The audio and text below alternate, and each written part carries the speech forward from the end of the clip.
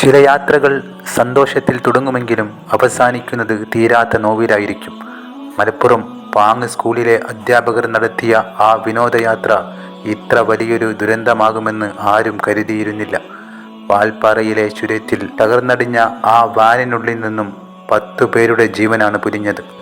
പക്ഷേ ആ അപകടത്തിനിടയിൽ അത്ഭുതകരമായി രക്ഷപ്പെട്ട ഒരു 10 വയസ്സുകാരിയുണ്ട്, മസ്നീൻ.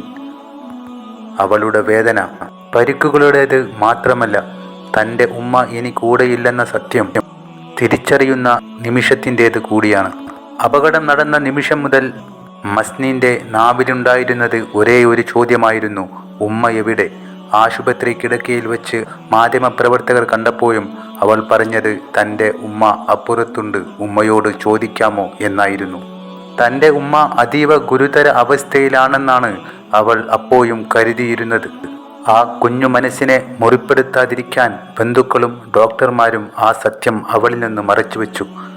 ആശുപത്രിയിൽ കഴിഞ്ഞ 4 ദിവസത്തോളം തൻ്റെ ഉമ്മ തന്നെ കാണാൻ വരുമെന്ന പ്രതീക്ഷയോടെയാണ് അവൾ കഴിഞ്ഞത്. ചികിത്സ കഴിഞ്ഞ് 4ാം നാൾ വീട്ടിലേക്ക് മടങ്ങുമ്പോഴും അവൾ തിരഞ്ഞത് ഉമ്മയെയായിരുന്നു. എന്നാൽ വീട്ടിലേക്കുള്ള വഴി മധ്യേ ചുമരിൽ പതിച്ചിരുന്ന ആ പടം അവളുടെ ലോകത്തെ തന്നെ തകർത്ത് കളഞ്ഞു. അപ്പുറത്തുള്ള ഉമ്മയല്ല, ഇനി ഒരിക്കലും തിരിച്ചു വരാത്ത ലോകത്തേക്ക് യാത്രയായ ഉമ്മയുടെ ഫോട്ടോയായിരുന്നു അത്. തന്നോടൊപ്പം ചിരിച്ചും കളിച്ചും യാത്ര പോയ ഉമ്മ ഇനിയില്ല എന്ന സത്യം ആ 10 വയസ്സുകാരി ഉൾക്കൊണ്ടത് നെഞ്ചു പൊട്ടുന്ന വേദനയോടെയായിരുന്നു. കയ്യിലെയും വയറ്റിലെയും മുറിവുകളേക്കാൾ ആഴമുള്ള മുറിവാണ് അവളുടെ ഹൃദയത്തിൽ അന്ന് വീണത്. മസ്നീന് നഷ്ടമായത് തൻ്റെ ഉമ്മയെ മാത്രമല്ല, തൻ്റെ പ്രിയപ്പെട്ട അധ്യാപകരെയും സുഹൃത്തുക്കളെയും കൂടിയാണ്. പാങ്ങ് സ്കൂളിലെ അധ്യാപികയായിരുന്ന ഷക്കീലയായിരുന്നു അവളുടെ ഉമ്മ. ആ സ്കൂൾ ഒരു വിദ്യാലയമായിരുന്നില്ല, മറിച്ച് ഒരു സ്നേഹാലയമായിരുന്നു. ഉമ്മയെപ്പോലെ സ്നേഹിച്ചിരുന്ന പ്രധാന അധ്യാപിക അജിതയും റംലയും ഷുഹറയും തുടങ്ങി 10 പേർ ആ ഒരൊറ്റ അപകടത്തിൽ വിടവാങ്ങി. ഒരു സ്കൂൾ കുടുംബം തന്നെ ഇല്ലാതായ വലിയൊരു ശൂന്യതയിലേക്കാണ് മസ്നീൻ കണ്ണു തുറന്നത്. കൂടെയുണ്ടായിരുന്ന ഡ്രൈവർ അജീഷ് അങ്കിൾ പോലും ഇനിയില്ലെന്ന വാർത്ത അവൾക്ക് താങ്ങാനാവുന്നതിലും അപ്പുറമായിരുന്നു. വാൽപ്പാറയിലെ ചുരത്തിൻ്റെ 13ാം വളവിൽ നിന്ന് ആ വാൻ താഴേക്ക് പതിച്ചപ്പോൾ ചിതറിപ്പോയത് ഒരുപാട് പേരുടെ സ്വപ്നങ്ങളാണ്. മസ്നീൻ ജീവിതത്തിലേക്ക് തിരിച്ചു വന്നു.